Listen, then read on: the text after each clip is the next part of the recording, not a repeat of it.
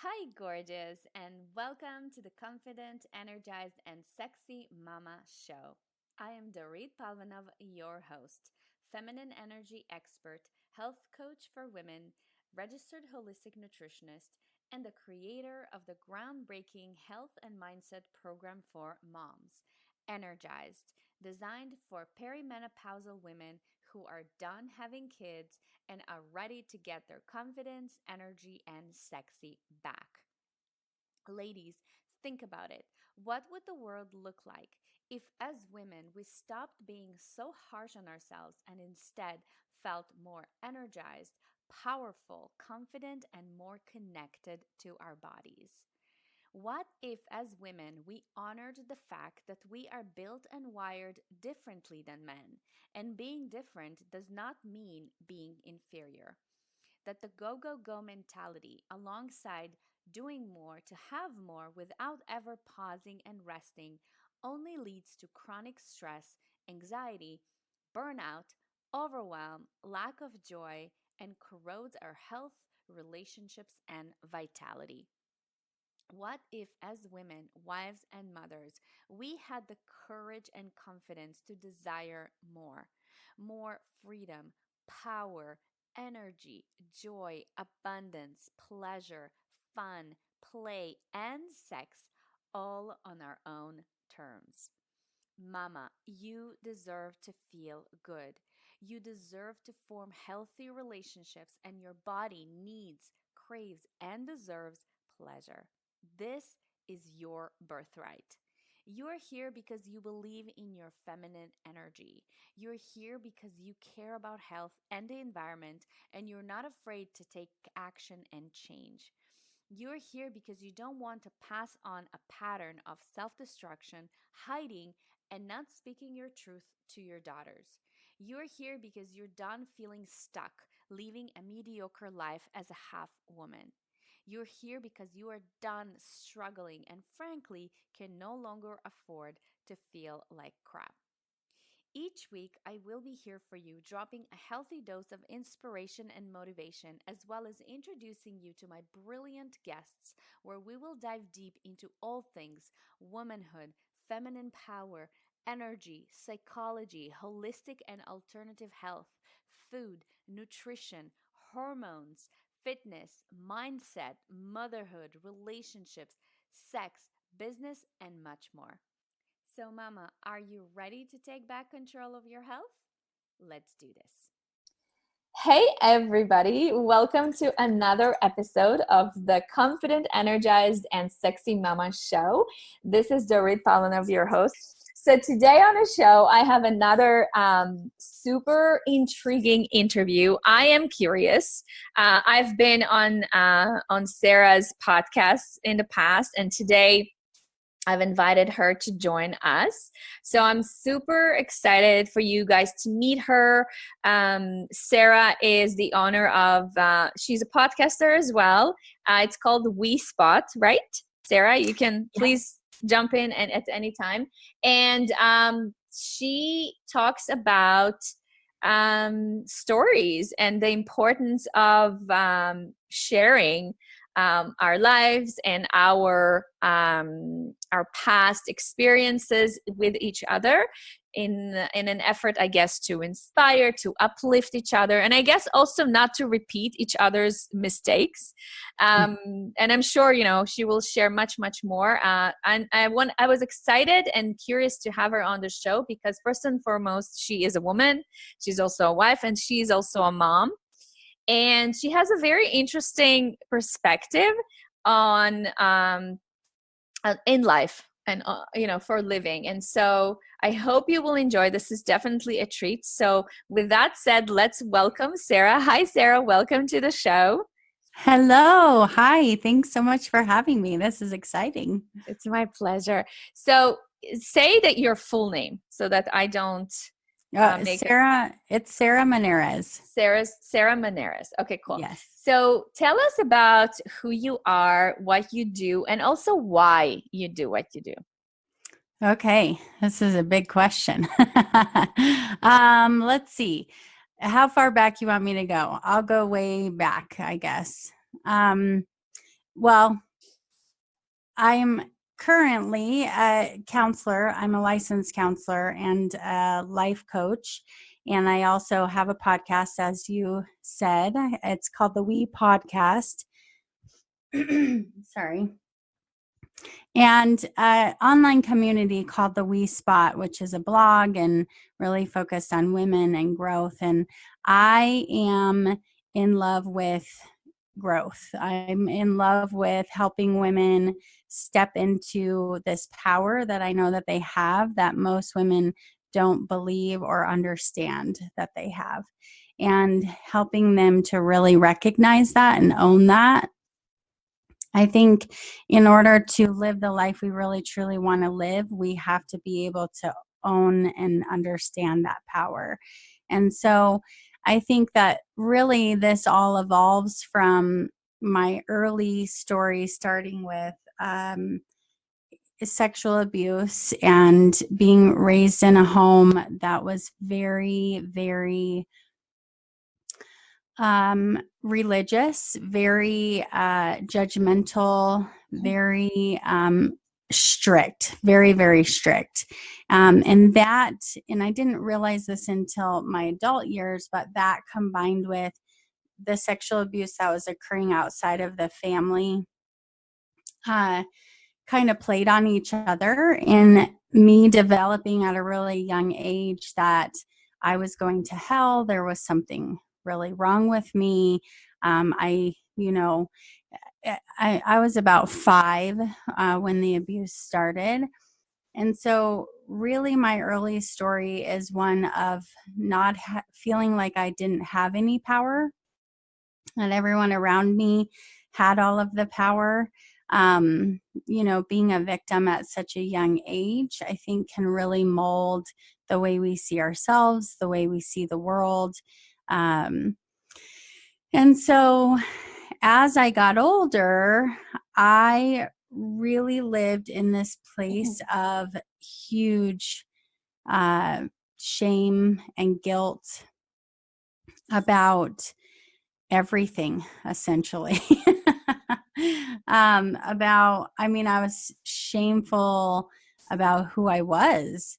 And How old were you? How old were you when that happened? The abuse. Mm-hmm. About 5. I started about 5, and I think it went on till I was maybe about 7. So, yeah. And Who did it? It was my babysitter's son, teenage son. Mm-hmm. Yeah. And so I would spend the summer there. She would watch me, and I was alone with him quite a bit. So growing up, I think I really incorporated this idea that my physical self, like my physical body, was really the only thing that made me valuable. It was really the only thing that I had to offer. And, nobody really in my life ever.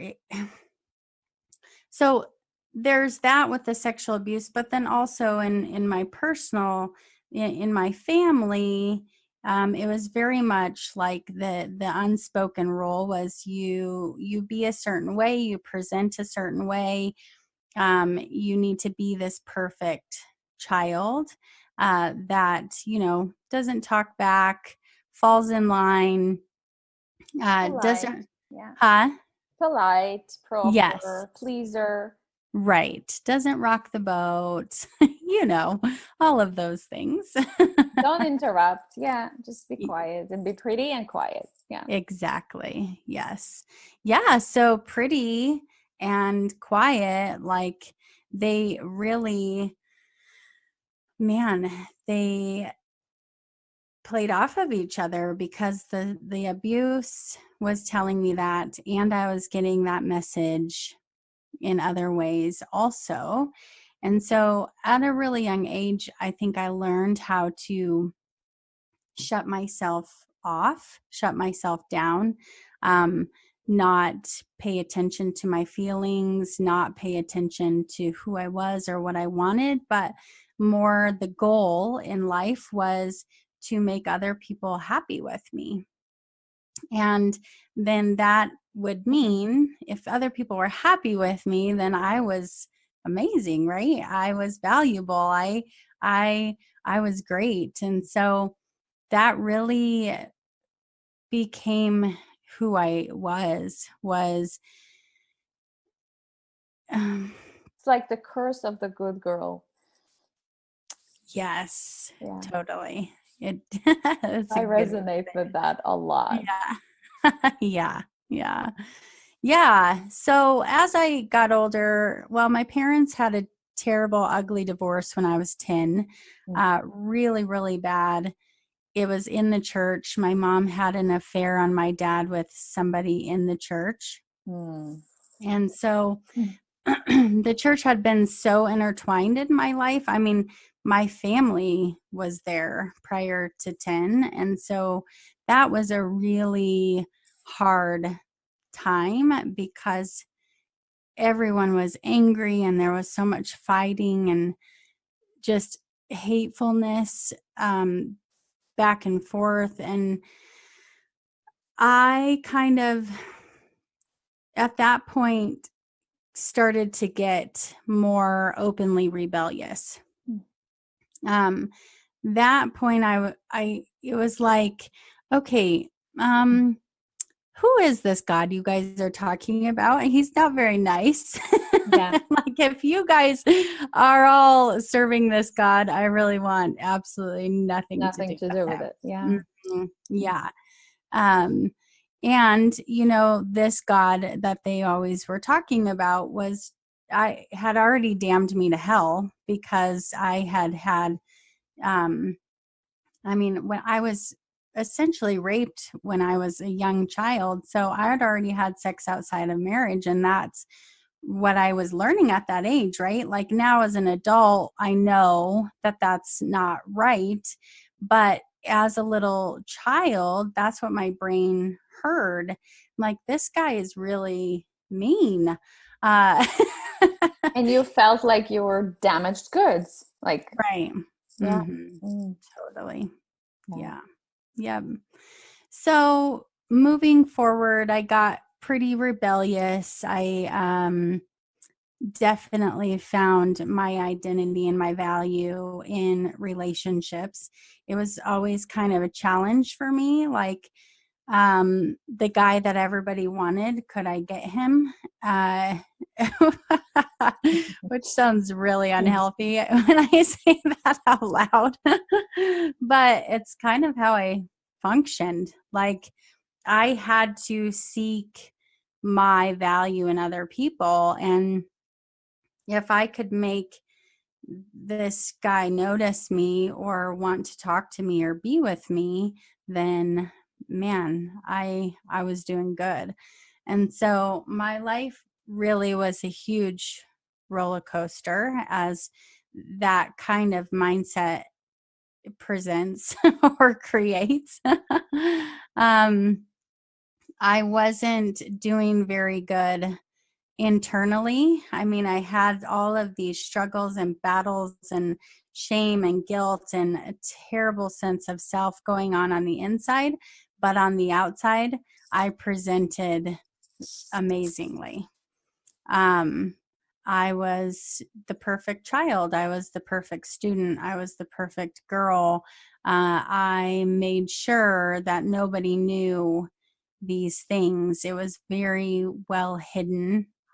I was essentially leading like, a double life. Yes. Oh, we're as women, we're so good at that. We're so good. Like, I feel like we are conditioned to do that. And then I'm just curious to know from your experience, at which point did you realize that, like you said, like, I'm leaving a double life? Like, when did it happen? I'm curious to know. Yeah. So it took a while for me. I I went to college and things got worse because I had freedom then. Yeah. I look back now on some of the things I did and the positions I put myself into, and am like in awe that I survived those days, that I'm really still here to speak about it. I was so personally destructive to myself. And my junior year of college, I got pregnant with my daughter. And so that stopped me in my tracks. And back then I used to say, if I hadn't have gotten pregnant with her, I probably would have ended up dead in a gutter somewhere, because I was so Talk to me more about this self-destruction. Can you give us some more details so that we understand? Because I'm sure women listening are like, yeah, me too, but can you share a little bit more details in terms of like what were the things that you did to yourself? Drinking heavily with people I didn't know. Being in situations with men that I didn't know. I remember at one time getting drunk and going on a motorcycle with some random people that I had never met in my life. Just risky situations. And, it's interesting because I've had people ask me in interviews before if I was ever suicidal. And I say no, like that's my instant response. However, when I really stop and think about it and I look back on the things that I was doing, I really don't think I cared. Like it's almost like a passive sense of not wanting to live. Do you know what I mean? Yeah. Like I never would have. Whatever happens. I don't care. I don't care. Yeah. I don't care. Exactly. Yeah. Yeah. So how old were you when you had your daughter? So when I had her, I turned 21 the month after I had her. Young. Yeah. So that really put me on a different path.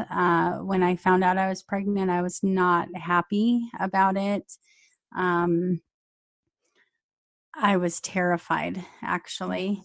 And so her dad was never, I knew he wouldn't be involved in her life. I knew I'd be doing it by myself.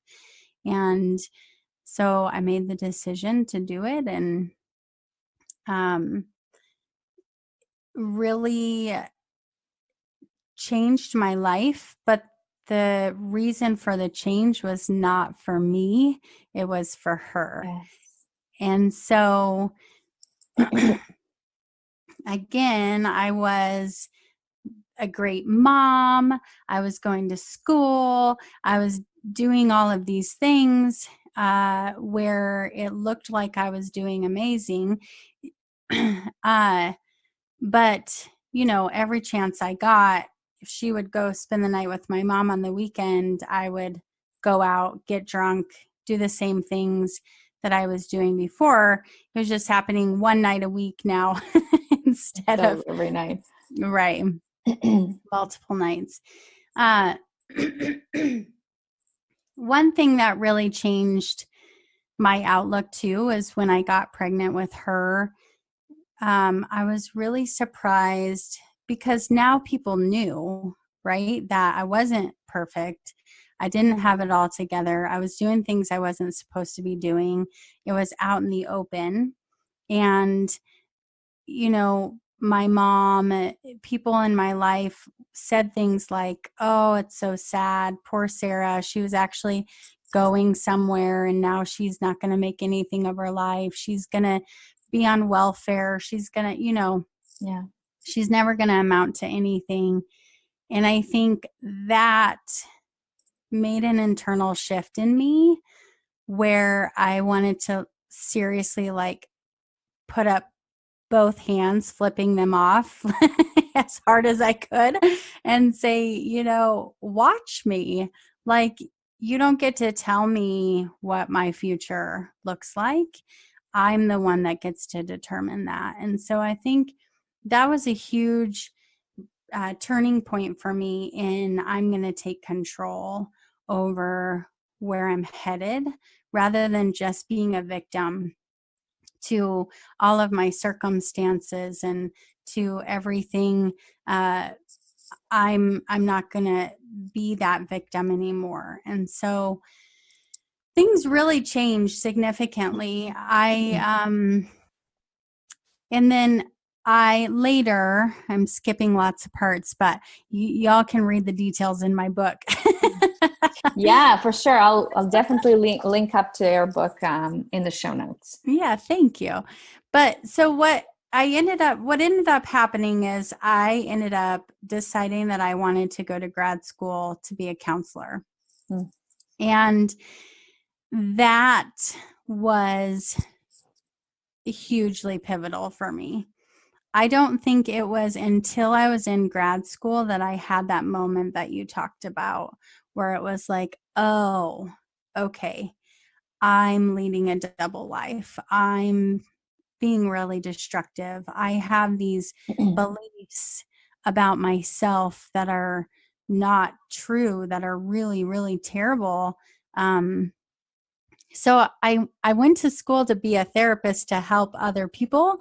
But what ended up happening is I helped myself. I learned how to heal myself. I learned why I was doing the things I was doing, how to have compassion for myself, how to have an understanding or an awareness about why I was being so destructive. And that was huge because when we're so destructive, I think we get into these patterns where we do something and then we feel so guilty and so shameful about it that it just keeps pushing us down further and further and further. And it's a really hard cycle to get out of. Yeah, especially on your own. I've Mm-hmm. been there, and I'm sure it sounds like you've been there too on your own. Oh gosh, good luck. I know.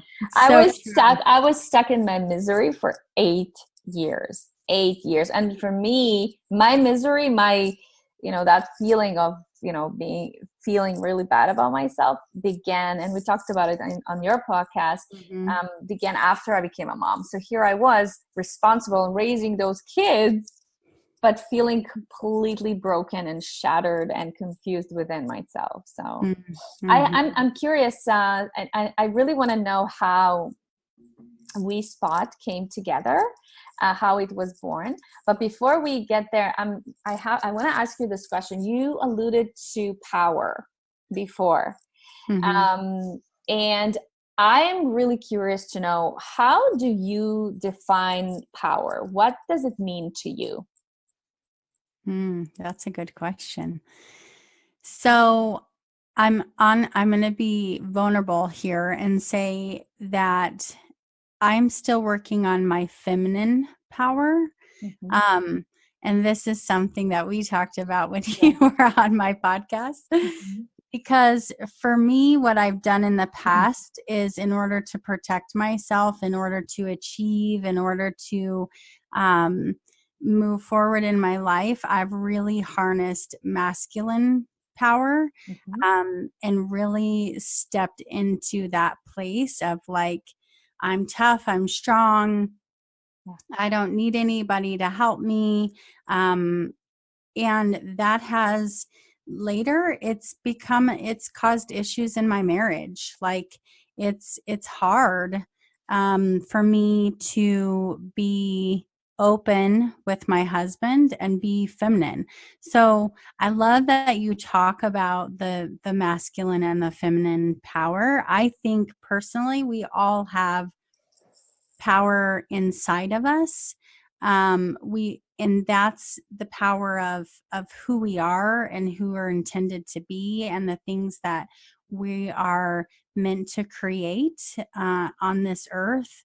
And because of the things that we experience, because of the things that we go through, we tend to forget that we have that power, or we hide it because we think there's something wrong with it, because if we use it, we're a bitch, or if we step into that, then other people aren't going to like it, or whatever it is. We, I think, learn to quiet it and try to control our life in other ways that end up being unhealthy and that don't really serve us. And so if we're able to really take a look at our own personal power and step into that, I feel like that is the path to living your best life, to being consistent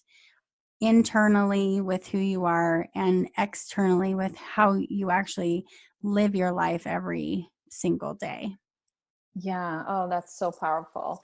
And like I said, as women, I feel like, and again, this is not to say, people hear me when I'm being interviewed, or even, on my own podcast, people hear me make this distinction between male and female, as though I really, really hate men. And no, that's not why I do it. It's just because I want to highlight the fact that we are not taught, as women, we are not really taught how to be feminine, how to use that feminine power that you were talking about, and do good things with it. I feel like there is just like one framework for all human beings, whether you're a male or a female, boy or girl, growing up in the world. And I remember from my personal life, especially when I became a mom, I started really seriously seeing how it would have been so much easier if I was born a male, right? Socially, physically, emotionally, even spiritually sometimes, right? Because, we are Jewish. My husband is the one allowed to go to the Torah, to the Bible. That's how, in the synagogue, that's how it is. He is allowed to learn certain scriptures. Females are not. And again, this is all ignorance, because we don't really understand. We're not educated deeply and thoroughly on why things are a certain way. But I remember being in that place of like, okay, is my job as a woman is just really to be the support to my husband? So is it true that as women, that is our job in the world, to support the male? And to be totally honest with you, I'm still kind of, I haven't fully figured that out.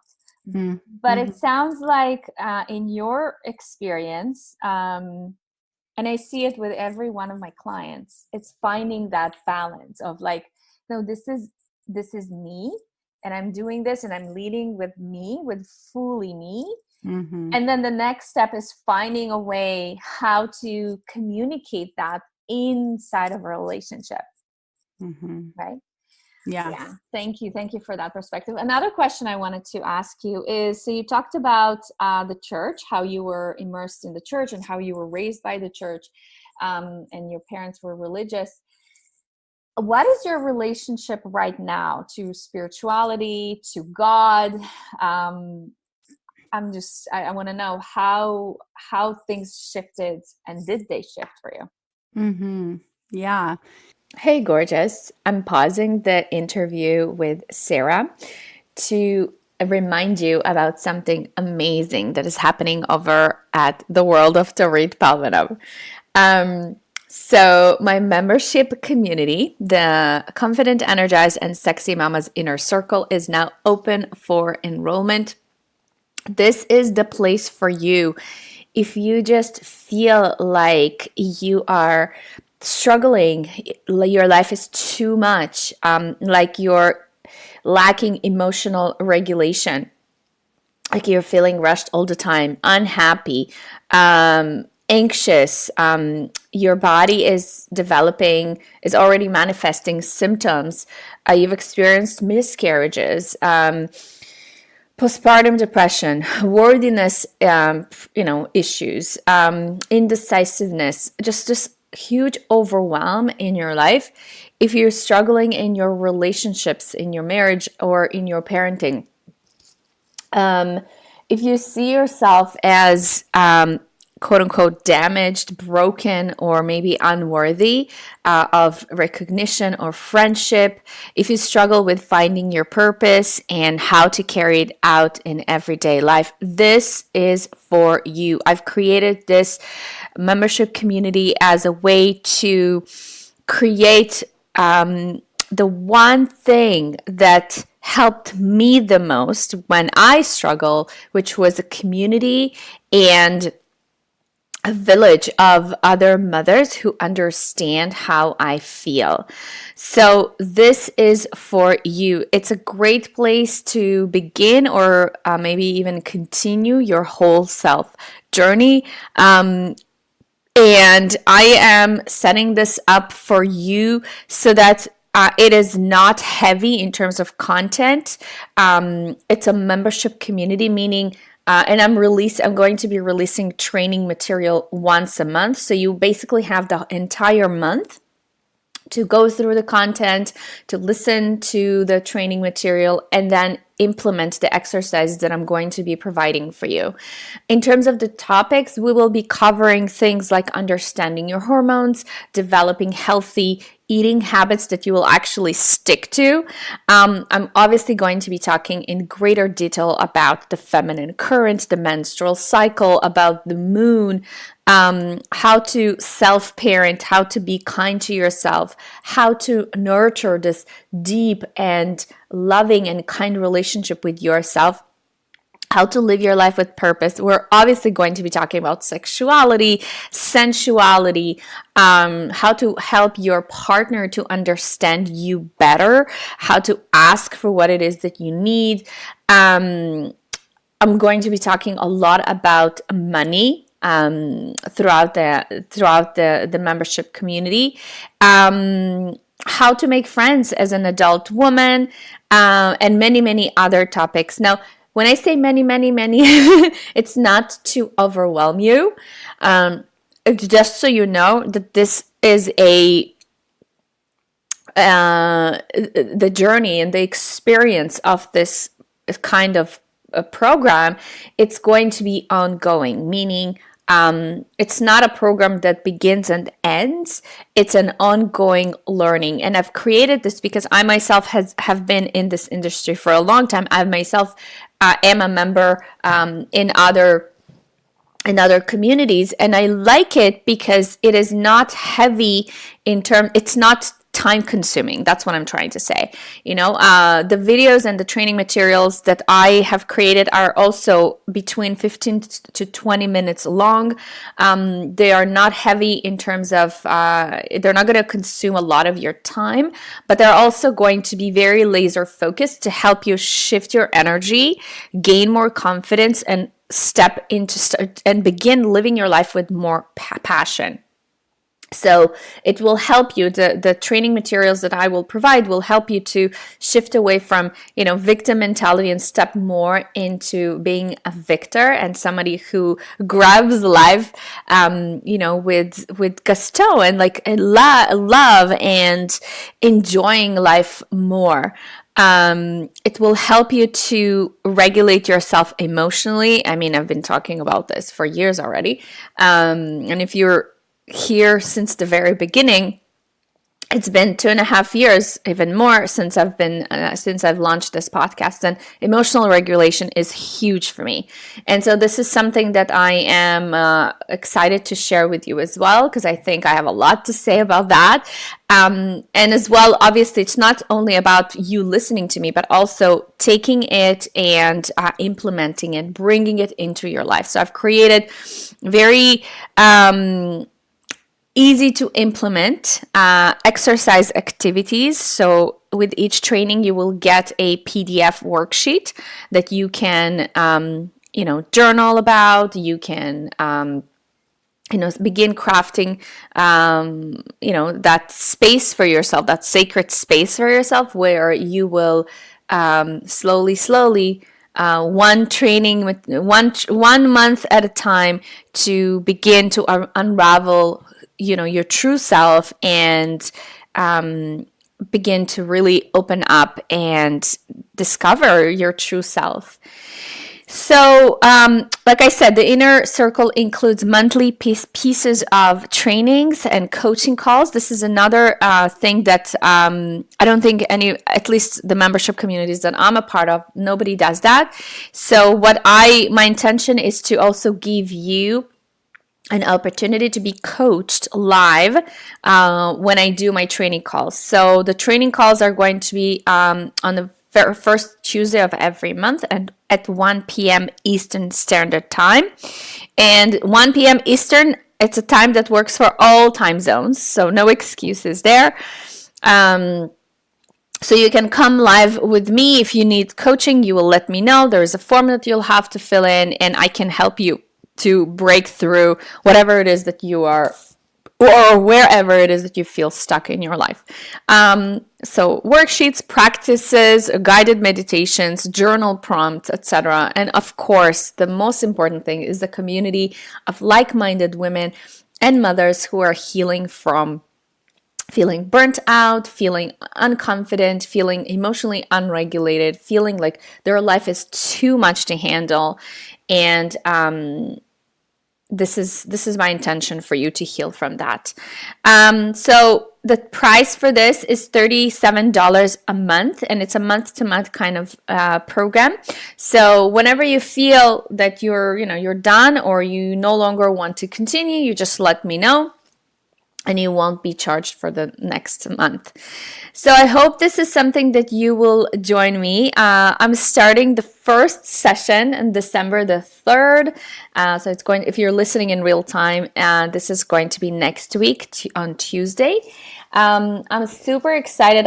We're already a bunch of mothers who have joined, and it's exciting for me to share, this first piece of training. If you still want to join us, this is not too late. Please head on over to my website. So www.doritpalvanov, DORITPALVANOV.com/membership. And there are multiple places where you can click on join now, complete the payment, and you are in. All right. Now, without further ado, back to the episode and my interview with Sarah. Well, I wanted absolutely nothing to do with God for a long time. Understandably. Yeah. Yeah. Because I knew back then that the fear-based, religion wasn't a good fit for me. I knew that I didn't, I felt within myself that God wasn't really that way, but I guess I didn't have a way to say that or live that. Do you know what I mean? So I just went totally the opposite. And really was just totally rebellious. And when my daughter was probably about 3 years old, I really got this feeling of, okay, well, I probably need to be teaching her something. I don't really know what I believe or what I think, but I probably need to take her to church. And so I started taking her to church and really started my own personal path of spirituality and figuring out what I believed. There's a few books that were really pivotal for me during that time, and one of them is Captivating by John and Stacey Eldridge. And that book talks about how your relationship with your earthly father influences your view of your heavenly father. Yeah. That was a completely new concept to me. And how God wants to have a relationship with us. Yes. And that was the first time I had ever heard that. Prior to that, I really viewed God as this like mean, terrible entity. Punitive, yeah. Yeah, up in the sky. And he was like watching me, waiting for me to screw up. And as soon as I did, I would be punished. He would strike me with a lightning bolt, you know. Yeah. Scary, scary. Scary, yeah. And it Yeah. can mess up with your mind. Oh, This is man. dangerous. Yeah. Yeah. Yeah. Yeah, now I can say that I feel like that's a form of control. Yes. Like, I feel like my parents were able to control me with that. My mom was very manipulative and very guilt. She used guilt as a tool for me to fall in line with whatever it was that she wanted me to do. So, as So I that was, she looks good. yes. Oh yes, my mom very much lived through me vicariously. It We all was do. We yeah. all do. I try Whether really we, hard not to. yeah, I know. Even if Yeah, we try really hard, we still yeah, do. yeah. But she was very much um there was no such thing as free thought. Like there was no such thing as having your own thought and challenging what she had to say. I mean, my dad was the same way. It was, this is the way it is, and there's no questioning outside of that. So, um, I kind of went through this journey for many years of trying to figure this out, trying to develop my own relationship with God and figure out what is it that I was taught and that I believe, and what is it that I believe just because it resonates with me. And there was a lot of things that I was taught that I had to learn how to undo. And so a lot of my spiritual process has been undoing, Yeah. not so much, adding to the learning, but more undoing, Unlearning. Yeah. unlearning the things. And when I got older, I've had a lot of things happen. My brother passed away. My mom disappeared. Lots of things have happened in my older life too that has really shaken me up, shaken my world to say, okay, um, it challenges those innate beliefs. And this year and last year, actually, I really have been really focused on myself, listening to myself, learning to hear my own voice and not be clouded by everybody else's voices. Really diving into, who do I believe God is? Who do I believe I am in relation to God? And so for me, that's been a continual journey, and it continues to go on. Yeah. It's a beautiful thing, though. It really is. I mean, I'm in a much different place now than I was even 2 years ago. But I believe in God. I love God. And there are still parts where I don't know yet uh, what I believe. And I think that's okay. I'm getting to a place where I don't need to have all the answers. And that's actually a better place to be than thinking I do have all the answers. Yeah. Oh my gosh. It's so true. I think also that this is a lifelong journey, um, coming to him or her, learning to connect, that relationship that I've been learning. And I attend Bible study every week with a group of women. And it's really about this. They always talk about this relationship to God. And it's true. And I love how they say that this relationship, it's not for him. it really is mostly for us, right? Mm-hmm. That sense of, and we all want this, right? The sense of calm and peace and just quiet, and just like everything is going to be okay. It's going to be okay. It's learning. I call it in my practice when I work with women, I call this the process of mothering yourself, learning to parent yourself. Mm-hmm. And it's a big struggle, especially for women who didn't have that figure in their life growing up, where where they had this role done by somebody who they can look up to and who was safe and who they felt safe around.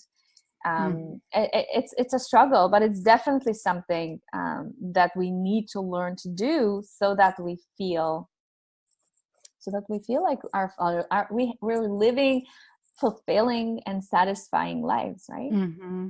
Yeah. Okay, cool. Thank you. I love this so much. I love this conversation. So tell me, take us to today. Like, how did We Spot evolve? What is the service that you provide through it for women? I want to know. Yeah, yeah.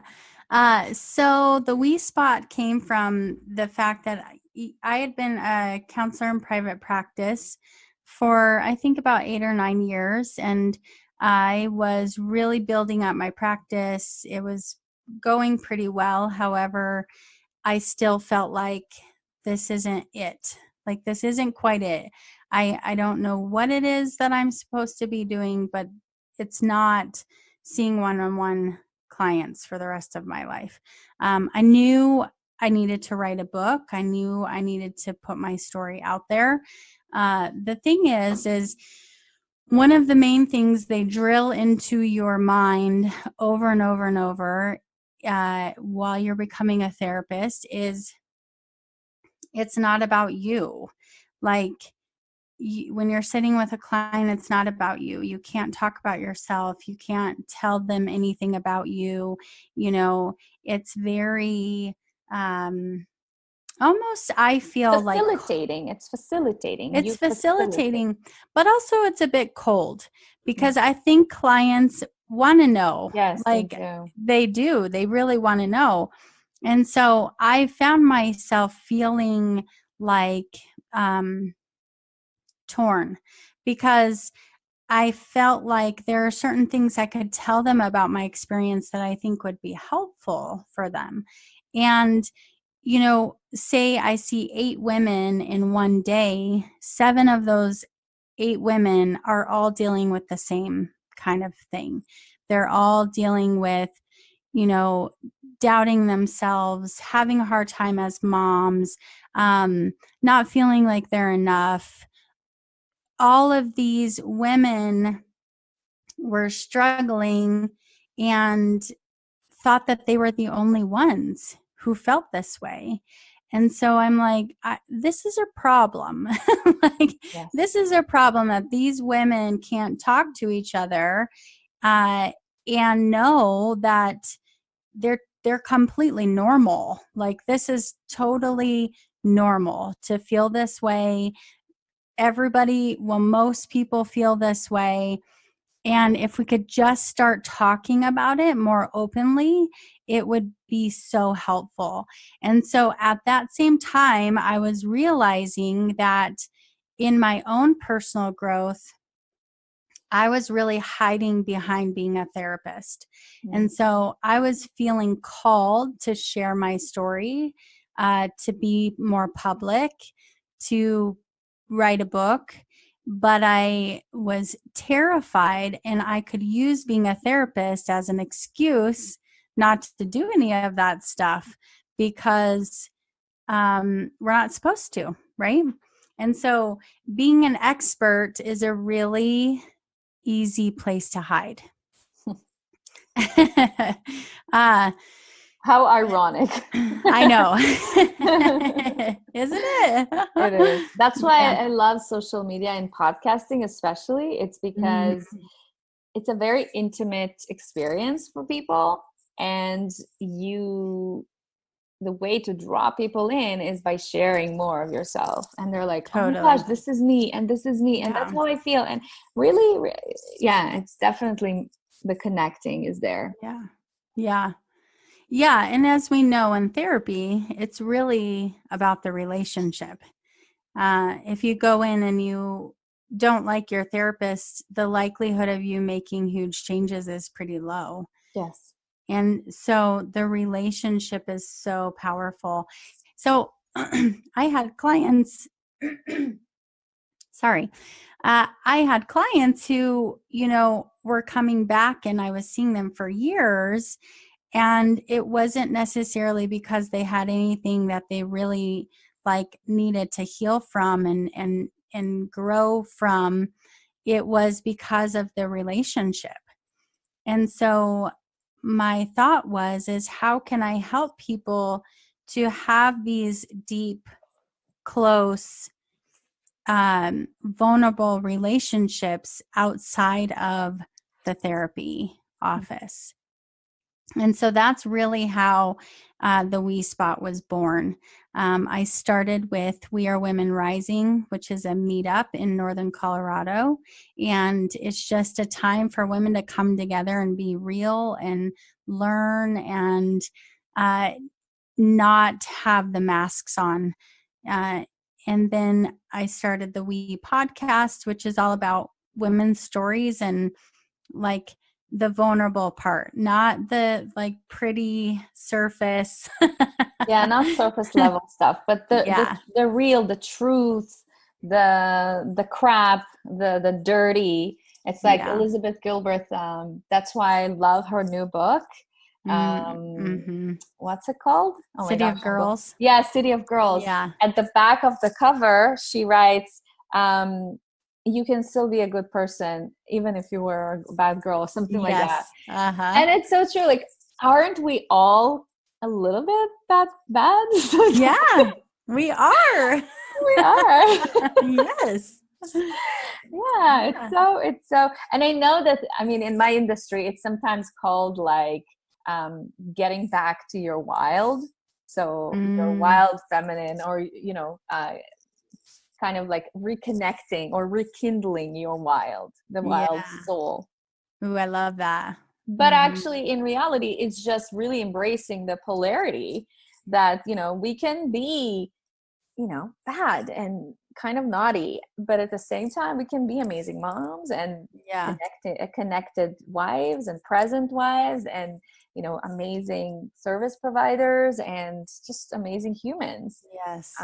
It's not Yeah. about being more of this or more of that. Right. You don't have to be a nun to be a good person. Oh, I love that. Yes. Oh my Yeah. gosh, this is so, so good. Thank you so much. By the way, your book, what's the title of it? I'll definitely link up to that. It's called Looking In and Finding Out. Oh, I love the title. Thanks. Yeah. So Did you come up with it on your own? I actually have an amazing mentor in my life who helped me with the title. Yes. Wow. Beautiful.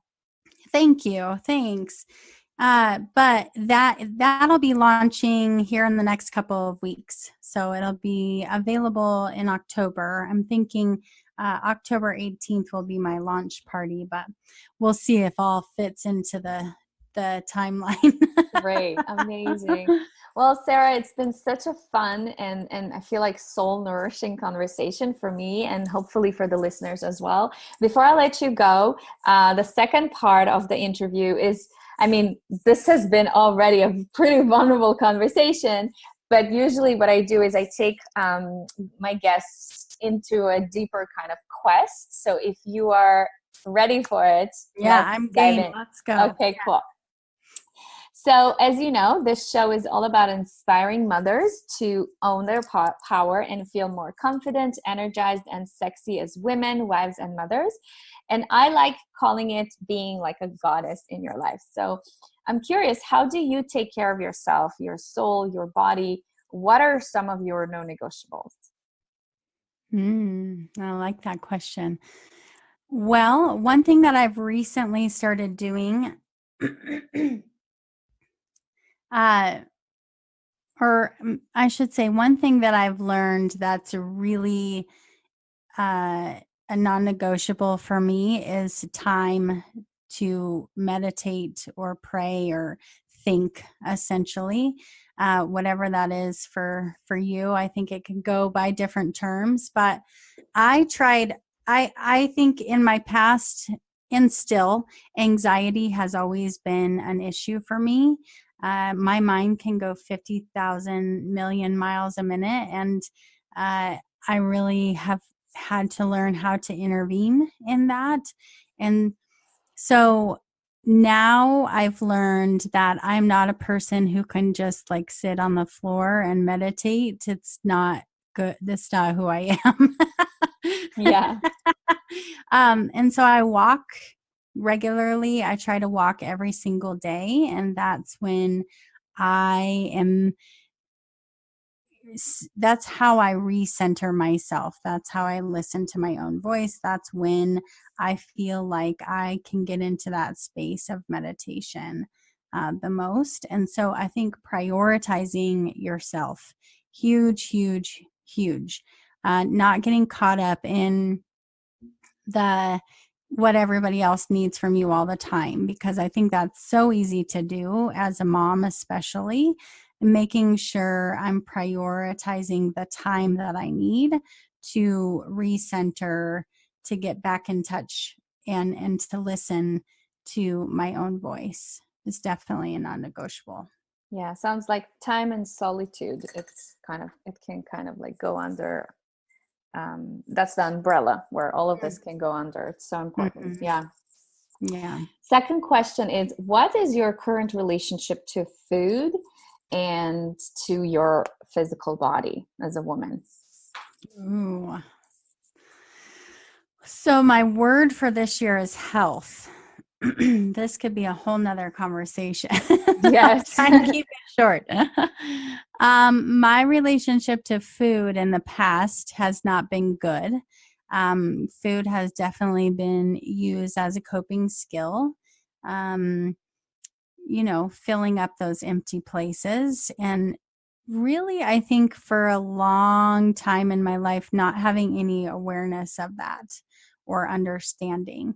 So I'm really in a place right now of trying to be my healthiest self. And food is my physical body is the hardest area for me, for sure.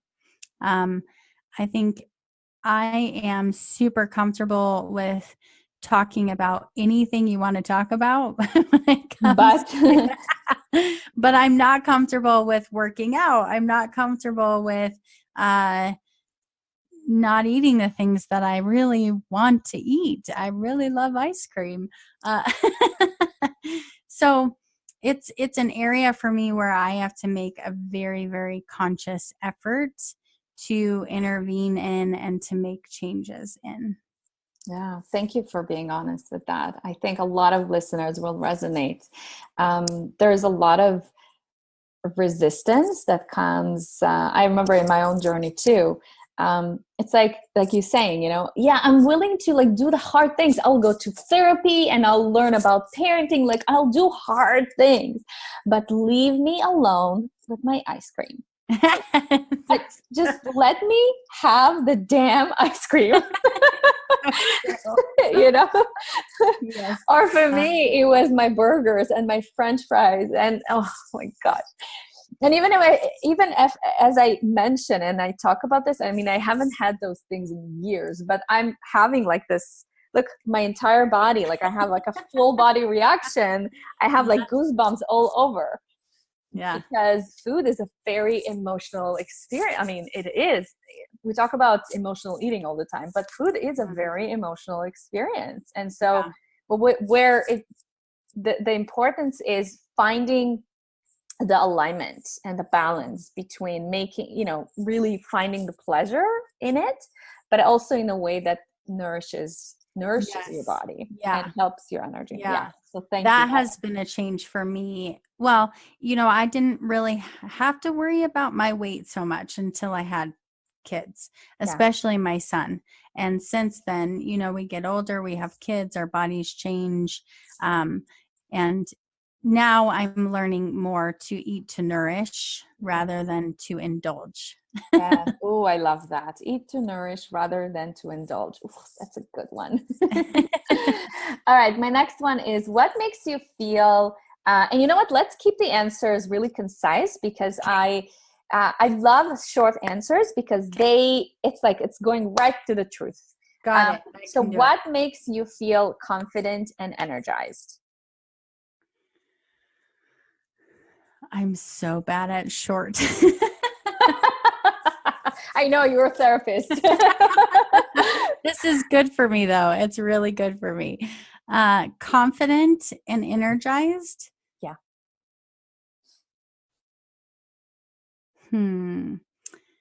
What makes me confident is, I think, energizing. Like, I think they're related to each other. And I think it's focusing on my own self.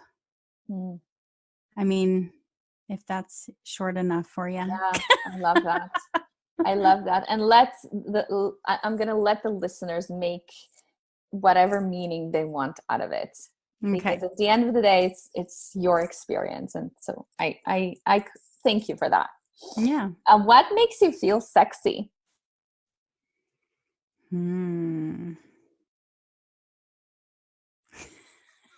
Crickets. Crickets. There's Nothing? no response here. No, I'm just joking. What makes me feel sexy? That being in that feminine energy. Mm. Yeah, that place that's harder for me to go to, that I'm really working on. And you gave me a nice little kick in the butt when I had you on my podcast. But yes, I think being in that feminine place. I love that. Okay, awesome. My next question is, what advice does your now mom self would have given to your pre-mom self? Oh, Remember the 21-year-old? Oh, yes. To let go of the things that don't matter. Yes. Oh, that's Yes. a good one. Mm-hmm. I love that. All right. My next question is, the mother-daughter dynamic comes up a lot in my practice, as you can, as it came here as well. Mm-hmm. Not every woman is a mother, but every woman is a daughter. So, and I know you already talked about it, but let's see if you can elaborate a little bit more. How do you think that your relationship with your mom helped to shape who you are today?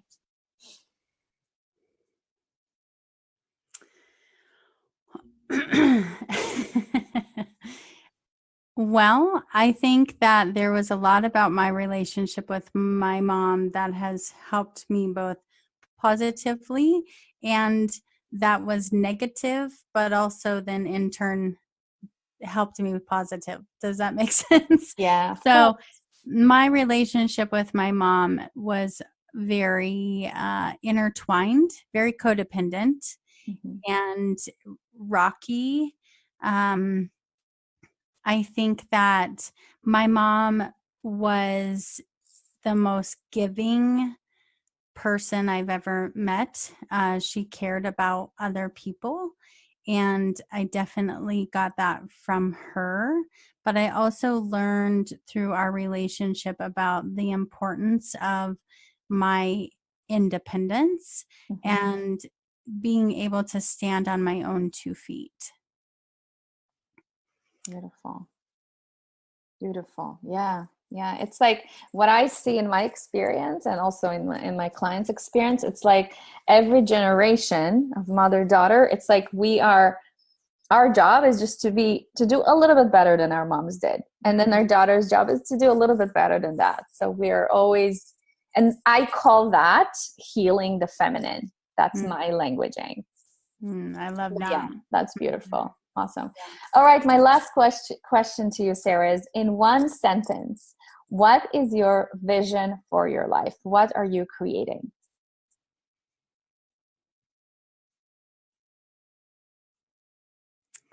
All of these hard questions. Oh, one sentence. I'm creating a better world by helping women to connect with each other and live authentic lives. Oh, beautiful, beautiful, beautiful, beautiful. Sarah, thank you so much for being you.